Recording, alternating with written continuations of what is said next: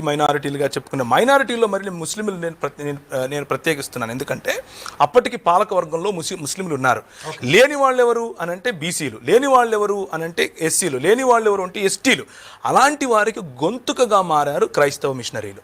అలాంటి వారికి చదువు చెప్పారు క్రైస్తవ మిషనరీలు. అలాంటి వారికి స్కూళ్ళు పెట్టారు క్రైస్తవ మిషనరీలు. అలాంటి వాళ్ళకు వైద్యం అన్నారు క్రైస్తవ మిషనరీలు. వీళ్ళేమన్నారు, పై వస్త్రం వేసుకుంటే స్తనాలకు వస్తామన్నారు. వీళ్ళేమన్నారు, మీరు చదివితే మేము మీ నాలుకలకు వస్తామన్నారు. వీళ్ళేమో బ్రెస్ట్ ట్యాక్స్ ఉండేదండి. వీళ్ళే రజాకారులను పెట్టి ఒకరు హింసిస్తే ఇంకొకడేమో పిలక పెట్టుకుని హింసించాడు. మొత్తానికి హింసించబడింది ఎవరు? మేమేగా. మాకు వాయిస్ అయినారు ఎవరు? బ్రిటిష్ వాళ్ళందరూ కాదు, వాళ్ళలో ఉన్నటువంటి క్రైస్తవ భావజాలం తెలిసినటువంటి వాళ్ళు. అలాంటి వాళ్ళు వెనుక నిలబడ్డారు కాబట్టే ఫూలే గారి భార్య సతీమణి గారికి వారు చదువు చెప్పారు. ఫూలే గారు నిలబడ్డానికి కారణం బ్రిటిష్ మిషనరీలు కాదా? అంబేద్కర్ గారి చదువు కోసము మిషనరీలు కాదా కారణం? ఆయన వెళితే ఇంగ్లాండ్లోను మరియు అమెరికాలోను ఆయన ఆదరించింది క్రైస్తవులు కాదా? ఆయన నిలబెట్టింది క్రైస్తవులు కాదా? సైమన్ గోబ్యాక్ అని వీళ్ళు అరిస్తే సైమన్ వస్తాను అని రాసింది ఎవరు? క్రైస్తవుడు కాదా? ఇవన్నీ కనిపించవా? ఇంకొక విషయం, నేను ఒక 2-3 విషయాలు అన్న ప్రస్తావించారు. నేను చాలా తక్కువ సమయంలో ఒక విషయం చెప్తాను. ఏంటి అని అంటే, క్రిమినల్ ట్రైబల్ యాక్ట్ అని అన్నారు. సరే, ఈ దేశంలో జోగిని వ్యవస్థ అని ఒకటి ఉండేది. ఆంధ్ర జోగిని అబాలిష్మెంట్ ఎప్పుడు జరిగింది? భాస్కర్ రాజు గారే చెప్పాలి. ఇంగ్లీష్ ఎడ్యుకేషన్ యాక్ట్ ఎప్పుడు వచ్చింది? భాస్కర్ రాజు గారే చెప్తారు. ఆస్తి హక్కు శూద్రులకు ఎవరు తీసుకొచ్చారు? ఒకవేళ ఆస్తి హక్కు శూద్రులకు, చదువు హక్కు శూద్రులకు లేకపోతే ఈరోజు భాస్కర్ రాజు గారు ఇక్కడ కూర్చుని రక్షణ టీవీలో మాట్లాడగలిగే వాళ్ళ? ఎవరు తెచ్చారో సమాధానం చెప్పాలి. రైట్ టు ఎడ్యుకేషన్ ఎవరు తీసుకొచ్చారు? ఆయన డాక్టర్ అయ్యారుగా, ఎలా అయ్యారు? ఒక వైద్యుడు, ఒక చోరుడు ఇద్దరు సమానం అని చెప్పేటటువంటి సనాతన ధర్మం ఎక్కడ? రైట్ టు ఎడ్యుకేషన్ ఫర్ శూద్ర అని చెప్పేటటువంటి ఈ యాక్ట్ 1913 ఎక్కడ? ఈ రెండిట్లో దేనివల్ల మీరు డాక్టర్ అయ్యారు? మీరు సమాధానం చెప్పాలి నాకు. స్లేవరీ అబాలిష్మెంట్ యాక్ట్ ఎవరు చేశారు? బ్రాహ్మిన్స్ ఒక వ్యక్తి శూద్రుడు పెళ్లి చేసుకుంటే భార్యను బ్రాహ్మణుడి దగ్గర 3 రాత్రులు పడుకోబెట్టాలా? ఇది మీ సనాతన ధర్మమా? దాన్ని అబాలిష్ చేసింది 1819లో. ఎవరు అబాలిష్ చేశారు? ఎవరు అబాలిష్ చేశారు? 1830లో హ్యూమన్ సాక్రిఫైస్ అబాలిషన్ యాక్ట్. అంటే మీరు నేను ఈరోజు బ్రతికున్నాము అని అంటే వాళ్ళు చంపకుండా మన తలలు తెగేయకుండా ఉన్నారు అని అంటే ఆ రోజు తీసుకొచ్చిన యాక్ట్ కదా. Non discrimination act 1833. Right to sit, శూద్రులకు కూర్చునే హక్కులు లేవండి, పిరుదులు కోసేవాళ్ళు. ఈరోజు టీవీల ముందు మీరు నిలబడుకొని మాట్లాడుతున్నారు అంటే కారణం ఏంటి? ఏ యాక్ట్ కారణంగా? ఈ ట్రైబల్ యాక్ట్ గుర్తొచ్చిందా? అది చేయించింది బ్రాహ్మణ సముదాయం కాదా?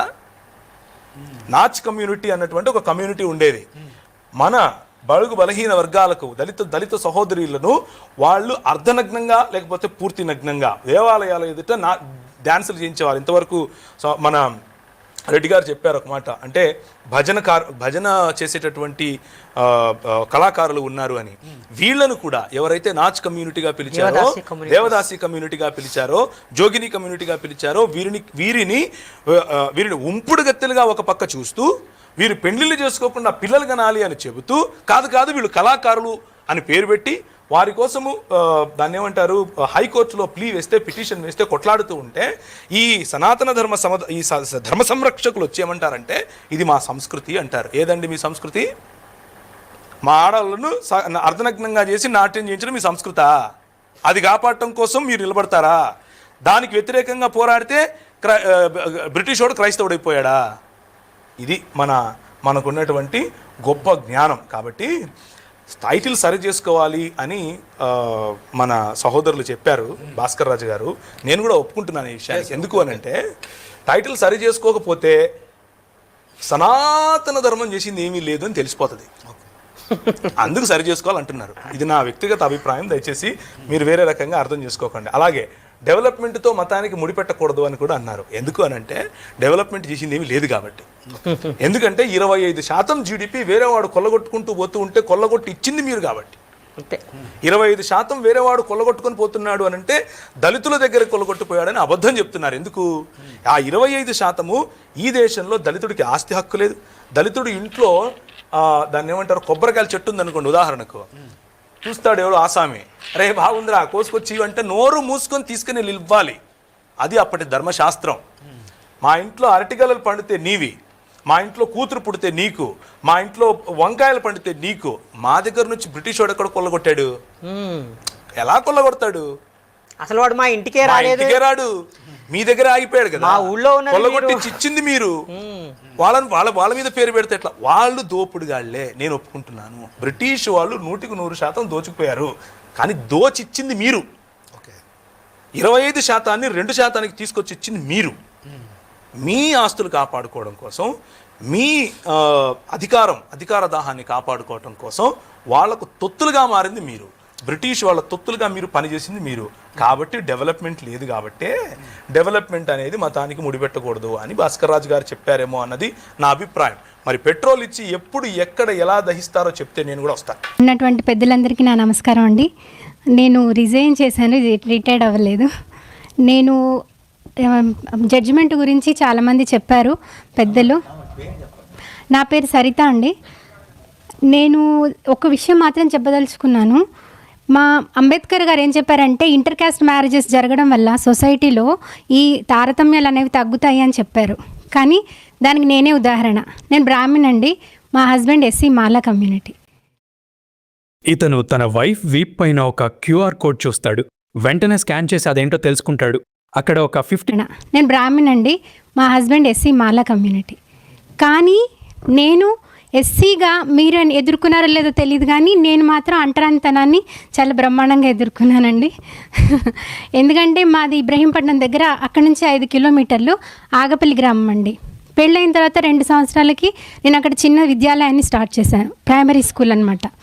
అయితే నేను స్కూల్ పెట్టిన తర్వాత ఆ ఊర్లో 1200 కుటుంబాలు ఉన్నాయి. అందులో 70% బీసీలే ఉన్నారు, ఒక 30% ఎస్సీలు. అందులో 7 కుటుంబాలు మాత్రమే ఎస్సీ మాల కుటుంబాలు అనమాట.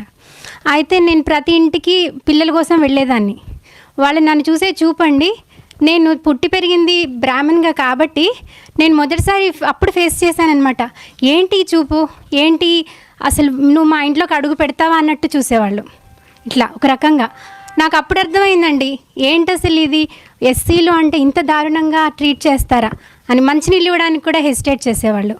ఆ రకంగా నేను పెట్టిన స్కూల్లో 2 సంవత్సరాల వరకు మా ఊళ్ళో నుంచి ఒక్క పిల్లాడు కూడా రాలేదండి. నాకు వేరే ఊళ్ళ నుంచి బస్సులలో వచ్చారు పిల్లలు. ఫస్ట్ ఇయర్లో 80 మంది వచ్చారు. తర్వాత 2 సంవత్సరాలు నన్ను పరీక్షగా పెట్టి చూసి నా చదువు అంటే చూసిన తర్వాత, డెవలప్మెంట్ చూసిన తర్వాత అప్పుడు 1-2 మొదలుపెట్టారనమాట రావడం. అంటే మేము ఎస్సీలం అన్న విషయం బయట వాళ్ళకి తెలియదు కదా, చుట్టుపక్కల గ్రామాల వాళ్ళు వచ్చేవాళ్ళు. కానీ మా ఊరి వాళ్ళు మాత్రం వాళ్ళ పిల్లల్ని జాయిన్ చేయడానికి ఎట్టి పరిస్థితుల్లోనూ ఒప్పుకోలేదు. ఎందుకు అంటే ఎస్సీలు నడుపుతున్నారు స్కూల్ కాబట్టి మేము జాయిన్ చేయమనే మాటే డైరెక్ట్గా. ప్రతి సమ్మర్ హాలిడేస్లో స్కూల్ మూతపడిపోతుంది, ఎస్సీల స్కూల్కి ఎవరు వెళ్ళొద్దు అని నా వెనకాల ప్రచారం చేసేవాళ్ళు. ఈ రకంగా నేనే ఫేస్ చేశానండి.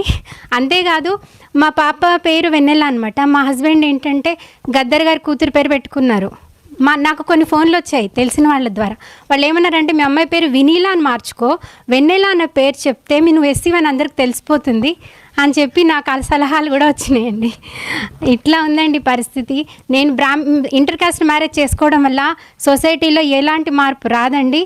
ఎవరైతే అమ్మాయి ఎస్సీలను చేసుకుంటుందో ఆ అమ్మాయి ఎస్సీగా మారిపోవాల్సిందే తప్ప వీళ్ళు మాత్రం హయ్యర్ కాస్ట్ వాళ్ళని వీళ్ళని కలుపుకోరండి. ఇది మాత్రం నేను ప్రత్యక్షంగా అనుభవించాను. ఈ ఒక్క ఎక్స్పీరియన్స్ని మీకు చెప్పదలుచుకున్నాను. ఇంకా చాలా ఉన్నాయి, కానీ ఇది ఒక చిన్న ఉదాహరణ. జడ్జిమెంట్ మీద అంటే క్రిమిలేయర్, ఇప్పుడు హోమోజీనియస్ అంటున్నారండి. హోమోజీనియస్ క్లాస్, హెటరోజీనియస్ అని చెప్తున్నారు వాళ్ళు.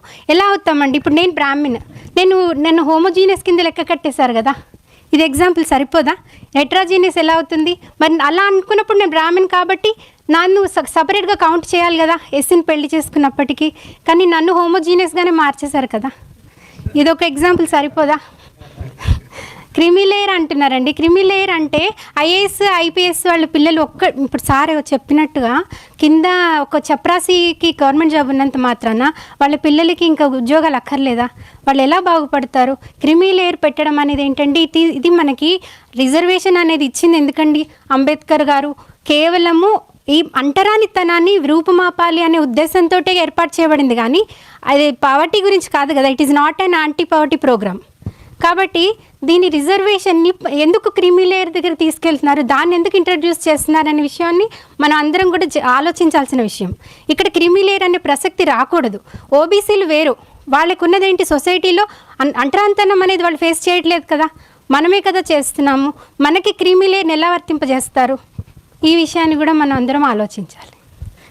ఇలాంటి అవకాశం ఇచ్చినందుకు థ్యాంక్స్ అండి.